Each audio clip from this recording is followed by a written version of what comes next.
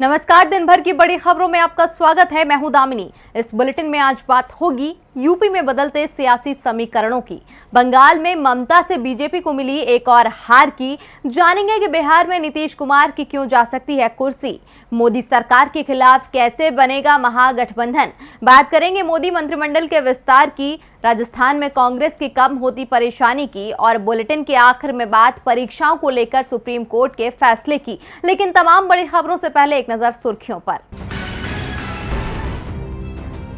Supreme court ने मुंबई के पूर्व पुलिस कमिश्नर परमवीर सिंह को लेकर दिखाई तल्खी, कहा जिनके घर शीशे के होते हैं वो दूसरों पर पत्थर नहीं उछालते। परमवीर सिंह ने महाराष्ट्र सरकार पर लगाए थे कई आरोप।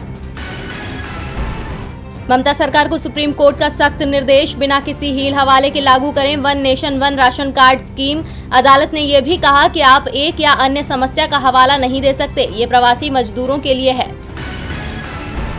कर्नाटक के सीएम येदियुरप्पा का बड़ा दावा, कहा पार्टी आलाकमान के भरोसे से मुझे मिली है मजबूती, अगले 2 साल तक मैं ही रहूंगा कर्नाटक का सीएम। टोक्यो ओलंपिक को लेकर खेल मंत्रालय ने लिया फैसला, इस बार ओलंपिक खेलों के लिए नहीं भेजा जाएगा मंत्रिस्तरीय कोई भी प्रतिनिधिमंडल। पेट्रोल के बाद अब डीजल भी शतक लगाने के करीब, राजस्थान के श्रीगंगानगर में 99 रुपए 80 पैसे प्रति लीटर हुआ डीजल का दाम, यहाँ 106 रुपए 94 पैसे लीटर मिल रहा है पेट्रोल। भारत में सबसे पहले श्रीगंगानगर में ही 100 रुपए के पार पहुंची थी पेट्रोल की कीमत। सुर्खियों के बाद बात आज की बड़ी खबर की। कल गुरुवार को योगी आदित्यनाथ अचानक दिल्ली पहुंचे थे, उसके बाद से ही वो बीजेपी के शीर्ष नेताओं से मिल रहे थे। कल गृह मंत्री से उनकी मुलाकात हुई, आज वो पीएम मोदी और बीजेपी अध्यक्ष जेपी नड्डा से मिले, राष्ट्रपति से भी उनकी मुलाकात हुई। इसके बाद मोदी और योगी के बीच चल रही लड़ाई के थमने के संकेत मिल रहे हैं। योगी मंत्रिमंडल के विस्तार पर भी बात बनती दिख रही है। आज योगी की पीएम से मुलाकात क्यों रही खास, देखिए ये रिपोर्ट। यूपी विधानसभा चुनावों से 6 महीने पहले बीजेपी में कलह तेज हो चुकी है। पीएम नरेंद्र मोदी के करीबी ए.के. शर्मा के जनवरी में दिल्ली से लखनऊ पहुंचने के बाद से ही मोदी और योगी के रिश्तों में दरार दिखाई देने लगी थी। पीएम का निर्देश था कि ए.के. शर्मा को योगी मंत्रिमंडल में शामिल किया जाए और उन्हें महत्वपूर्ण विभाग सौंपा जाए। दावे तो ए.के. शर्मा के डिप्टी सीएम बनने के भी हो रहे थे, लेकिन योगी ने पीएम की किसी भी बात को नहीं माना। इसका असर 5 जून को योगी आदित्यनाथ के जन्मदिन पर दिखा, जब बीजेपी के तमाम नेताओं की ओर से उन्हें बधाई मिली, लेकिन पीएम नरेंद्र मोदी, गृह मंत्री अमित शाह और बीजेपी के अध्यक्ष जेपी नड्डा की ओर से बधाई संदेश का एक ट्वीट भी नहीं किया गया।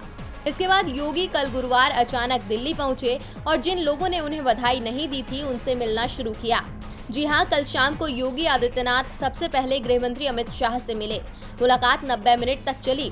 इसके बाद योगी आज सुबह पीएम से मिले और ये मुलाकात 80 मिनट की रही। बीजेपी अध्यक्ष जेपी नड्डा से भी योगी की मुलाकात 120 मिनट की रही। इस मुलाकात के बाद दावा किया जा रहा है कि योगी को लेकर अब केंद्र ज्यादा आगे नहीं बढ़ेगा। योगी आदित्यनाथ भी केंद्र से लड़ाई आगे बढ़ाने के मूड में नहीं दिख रहे हैं। नड्डा से मुलाकात के बाद योगी को मंत्रिमंडल विस्तार की हरी झंडी मिल गई है। योगी मंत्रिमंडल में ए.के. शर्मा के साथ ही जितिन प्रसाद को भी शामिल किया जा सकता है। जाट समुदाय की नाराजगी को देखते हुए कम से कम 2 जाट नेताओं को भी मंत्री बनाने पर सहमति बन चुकी है। इन मुलाकातों में कई और बातों पर सहमति बनने की बात सामने आ रही है, जिसमें सबसे बड़ा मुद्दा है राज्य बंटवारे का। अब तक पूर्वांचल को यूपी से अलग करने के मुद्दे को लेकर योगी की राय पार्टी से अलग थी, लेकिन चुनाव से पहले पूर्वांचल राज्य का ऐलान हो सकता है। नाराज विधायकों को मंत्रिमंडल और नेताओं को आयोग एवं निगम में अहम जिम्मेदारी दी जा सकती है। इसके बदले में योगी आदित्यनाथ के नाम पर बीजेपी विधानसभा चुनाव लड़ेगी और चुनाव समिति की कमान भी उन्हें ही सौंपी जाएगी। यूपी में अब मंत्रिमंडल विस्तार होना तय माना जा रहा है और इसमें पीएम के करीबी को भी जगह मिल सकती है। बीजेपी को यूपी में पूरी तरह से राहत भी नहीं मिली कि पश्चिम बंगाल से उसके लिए बेहद परेशान करने वाली खबर आ गई। बीजेपी उपाध्यक्ष और विधायक मुकुल रॉय अपने बेटे के साथ टीएमसी में शामिल हो गए। मुकुल रॉय ने कहा कि बीजेपी में जो स्थिति है उसे देखते हुए कोई भी उस पार्टी में नहीं रहेगा।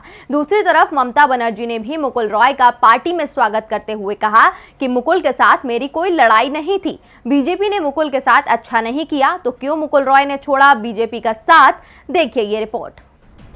बीजेपी के राष्ट्रीय उपाध्यक्ष मुकुल राय बीजेपी को छोड़कर टीएमसी में शामिल हो गए हैं। मुकुल राय का बीजेपी छोड़कर जाने को पश्चिम बंगाल में बीजेपी के बुरे दिनों की शुरुआत माना जा रहा है। वैसे देखा जाए तो पश्चिम बंगाल में बीजेपी के अच्छे दिन आए ही नहीं।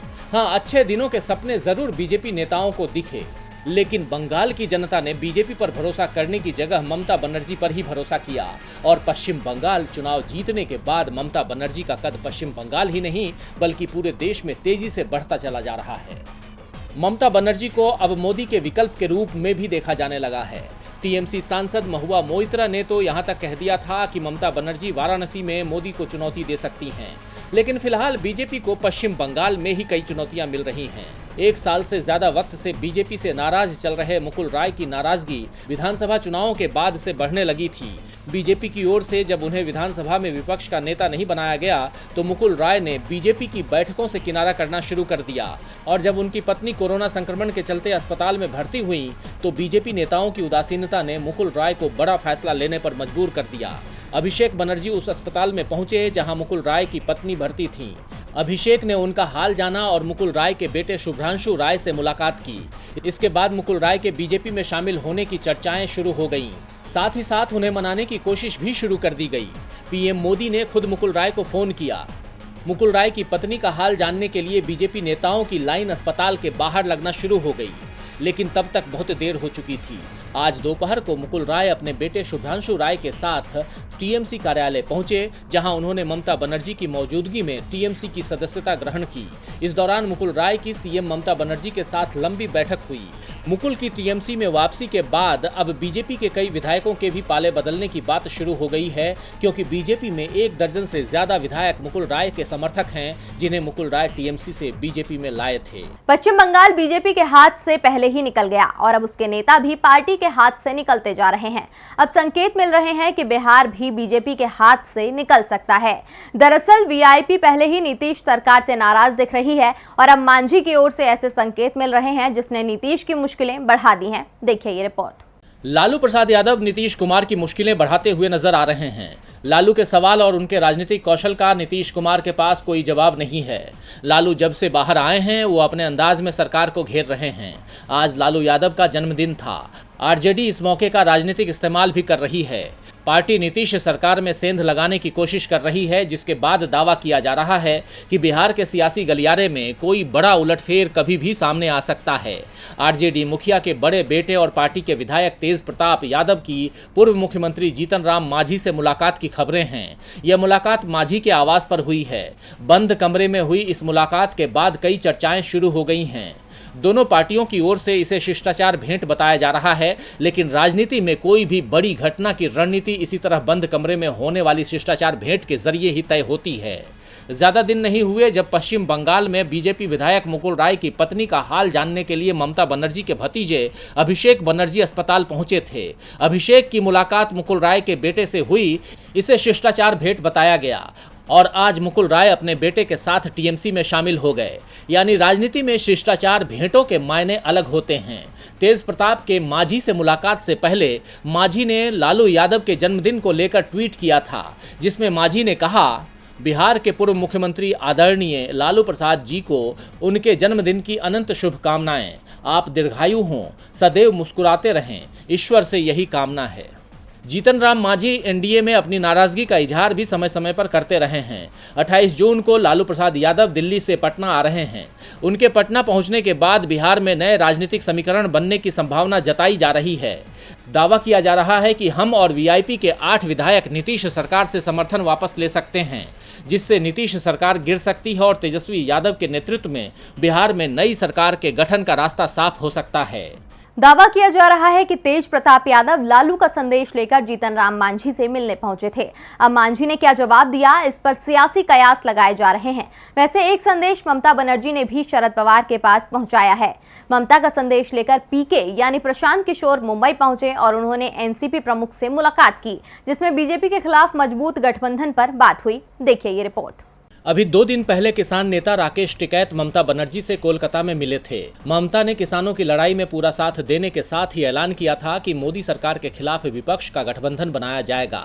इसका नेतृत्व कौन करेगा ये समय आने पर ही तय होगा, लेकिन मोदी सरकार को घेरने की रणनीति बनाने में पूरा विपक्ष एकजुट होकर काम करेगा। ममता के ऐलान के बाद उनके दूत बनकर प्रशांत किशोर शरद पवार के पास पहुंचे। शरद पवार को एनसीपी और शिवसेना की ओर से विपक्षी गठबंधन का नेता बनाए जाने की मांग कई बार उठ चुकी है।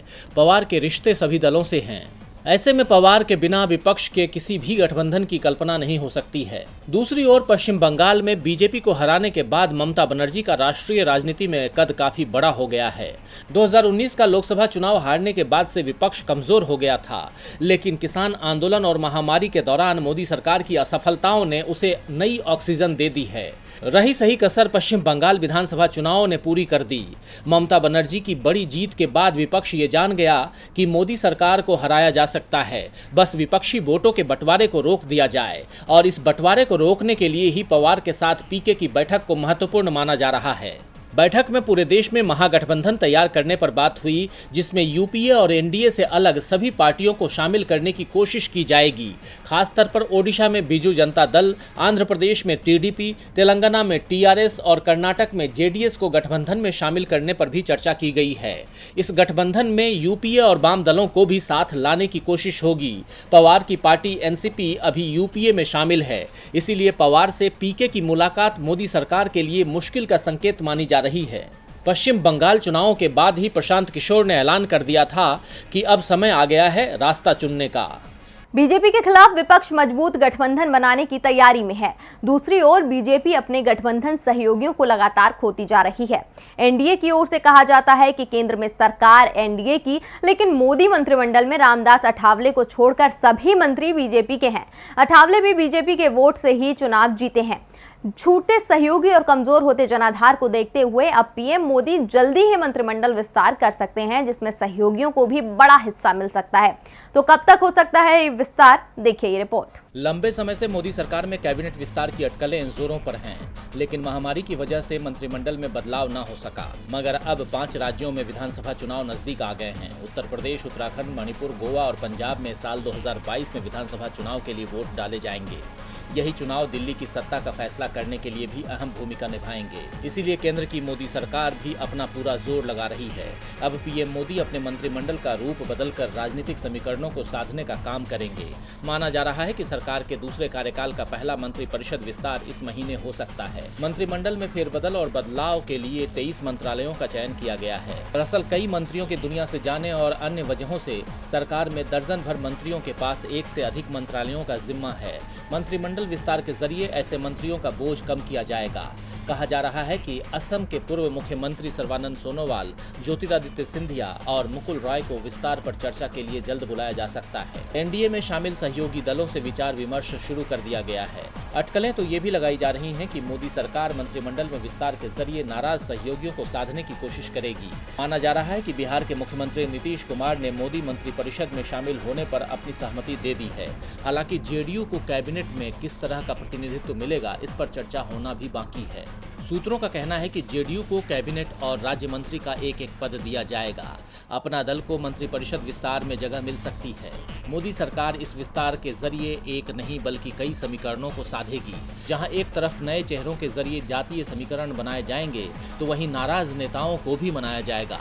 ये विस्तार अब मोदी सरकार के लिए मजबूरी भी और जरूरी भी हो गया है। पीएम मोदी और बीजेपी इस समय दबाव में दिखाई दे रहे हैं। किसान आंदोलन हो या हाल ही में हुए विधानसभा चुनाव, पार्टी में अब बगावत के संकेत मिल रहे हैं। नेता पाला बदलने की तैयारी में है।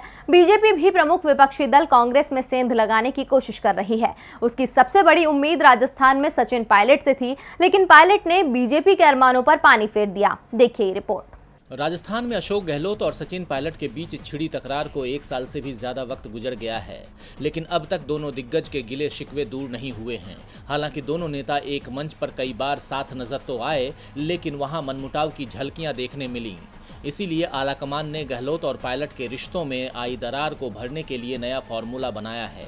दोनों नेताओं के बीच विवाद को जल्द ही खत्म करने के लिए 3 सदस्यीय कमेटी का पुनर्गठन किया जाएगा। ये कमेटी जल्द ही अपना काम शुरू करेगी और पायलट की शिकायतों पर सुनवाई शुरू करेगी। बताया जा रहा है कि पायलट खेमे को शांत करने के लिए सीएम अशोक गहलोत राजस्थान में 25,000 से ज्यादा राजनीतिक नियुक्तियां करने का कार्यक्रम जून महीने में शुरू करने जा रहे हैं। माना जा रहा है कि सचिन पायलट और अशोक गहलोत दोनों से कांग्रेस आलाकमान भी बातचीत करेगा। पायलट को कांग्रेस के वरिष्ठ नेताओं ने हल निकालने का भरोसा दिया है। माना जा रहा है कि इस फॉर्मूले के बाद सचिन पायलट अशोक गहलोत को सीएम के रूप में स्वीकार करेंगे और बदले में अशोक गहलोत उनके गुट के लोगों को राज्य में राजनीतिक नियुक्तियां देंगे और मंत्रिमंडल में भरपूर जगह भी देंगे। इतना ही नहीं, पायलट खेमे के 5-6 मंत्री बनाए जा सकते हैं। इसके बाद पायलट दिल्ली में कांग्रेस की राजनीति में भी जा सकते हैं, इस शर्त के साथ कि वो राजस्थान की राजनीति नहीं छोड़ेंगे। सचिन पायलट को राजीव सातव की जगह गुजरात का प्रभारी बनाया जा सकता है। अब दोनों दिग्गजों के दिलों को फिर से करीब लाने के लिए आलाकमान तो पूरा दम लगा रहा है, अलग अलग नीतियां बना रहा है। ऐसे में देखना होगा कि कब तक पायलट और गहलोत गलबहियां करते हैं। और बुलेटिन के आखिर में बात परीक्षाओं को लेकर सुप्रीम कोर्ट के आदेश की। देश में महामारी की रफ्तार धीमी जरूर पड़ी है, लेकिन आज भी दुनिया में सबसे ज्यादा संक्रमित मरीज भारत में ही मिल रहे हैं। रोज मिलने वाले संक्रमितों की संख्या अभी भी 1 लाख के करीब बनी हुई है। बात महामारी से जान गंवाने वालों की हो तो कल ही इस मामले में भारत के नाम एक ऐसा रिकॉर्ड दर्ज हुआ जिसे देश याद भी रखना नहीं चाहेगा। महामारी के चलते सीबीएसई और अधिकांश राज्यों ने बोर्ड परीक्षाएं रद्द कर दी, लेकिन प्रतियोगी परीक्षाओं को लेकर स्थिति साफ नहीं हुई थी। लेकिन आज सुप्रीम कोर्ट ने इसे लेकर बड़ा फैसला दिया है। तो क्या कहा है सुप्रीम कोर्ट ने, देखिए ये रिपोर्ट। सीबीएसई की ओर से इस महीने की शुरुआत में 12वीं की बोर्ड परीक्षा रद्द करने का ऐलान किया गया। इसके बाद महाराष्ट्र, हरियाणा, उत्तराखंड, हिमाचल प्रदेश, मध्य प्रदेश, गुजरात, तमिलनाडु, पश्चिम बंगाल, महाराष्ट्र, गोवा सहित कई राज्यों ने अपने अपने राज्य में होने वाली 10वीं और 12वीं की बोर्ड परीक्षा रद्द कर दी। कारण वही था कि महामारी फैली हुई थी और बच्चों को इस मुसीबत में नहीं डाला जा सकता था, और वो भी तब जब बच्चों का टीकाकरण नहीं हुआ था। 12वीं तक की परीक्षाएं तो रद्द कर दी गईं, लेकिन यूनिवर्सिटी और कई प्रतियोगी परीक्षाओं को लेकर स्थिति साफ नहीं थी। इसी बीच एम्स की ओर से INI सेट की परीक्षाओं का ऐलान हो गया। 16 जून को आयोजित होने वाली इस परीक्षा को लेकर 26 डॉक्टरों ने सुप्रीम कोर्ट में याचिका दायर की। याचिका में महामारी का हवाला देते हुए कहा गया कि आज हालात ऐसे नहीं हैं कि परीक्षाएं ली जा सकें। यदि परीक्षाएं हुई तो छात्रों को मजबूरी में इसमें शामिल होना होगा, जिससे छात्र एक नई मुसीबत में फंस सकते हैं। छात्र संक्रमण की चपेट में आ सकते हैं और अगर वो परीक्षाएं नहीं देते हैं तो उनका 1 साल व्यर्थ चला जाएगा। जस्टिस इंदिरा बनर्जी और MR शाह की खंडपीठ ने याचिकाकर्ता की दलीलें सुनने के बाद परीक्षाओं को 1 महीने तक टालने का आदेश दिया। सुप्रीम कोर्ट ने कहा, परीक्षा में शामिल होने के इच्छुक कई उम्मीदवार महामारी के चलते ड्यूटी में तैनात हैं और दूर दराज के इलाकों में हैं। हमारी राय है कि 16 जून की तारीख मनमानी है। हम परीक्षा को 1 महीने के लिए स्थगित करने का आदेश देते हैं। ये कहने की जरूरत नहीं है कि परीक्षा हो सकती है। 1 महीने की समाप्ति के बाद कभी भी आयोजित किया जा सकता है, लेकिन इससे पहले हमें महामारी के हालात पर भी नजर रखनी होगी। तो याचिकाकर्ताओं ने परीक्षाओं को 4 महीने के लिए स्थगित करने की मांग तो की थी, लेकिन कोर्ट ने फिलहाल 1 महीने की ही रोक लगाई है। और दिन भर की बड़ी खबरों में मेरे साथ इतना ही। देखते रहिए DB लाइव। नमस्कार।